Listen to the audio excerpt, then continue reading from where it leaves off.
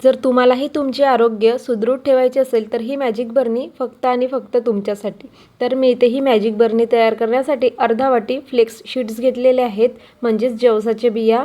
1 वाटी भरून मगज बी घेतलं, अर्धा वाटी चिया सीड्स घेतलेले आहेत, पांढरे तीळ घेतलेले आहेत 1 वाटी, सनफ्लॉवर सीड्स घेतलेले आहेत 1 वाटी भरून, पंपकिन सीड्स घेतले 1 वाटी भरून आणि सोबतच इथे बदाम घेतलेले आहेत 1 वाटी भरून। आता आपण हे सर्व मीडियम फ्लेमवरती रोस्ट करून घेऊया।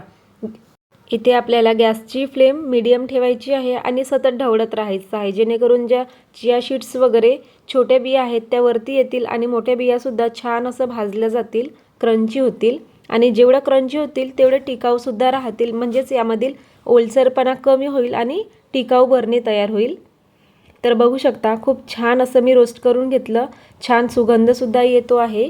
तर मी आता गॅसची फ्लेम बंद करते आणि याला फॅन खाली मस्त असं थंड करून घेते। जवळपास इथे अर्धा ते पाऊण तास मी इथे थंड करण्यासाठी ठेवणार आहे आणि थंड झाल्यानंतरच हवाबंद डब्यामध्ये आपण स्टोअर करून ठेवूया।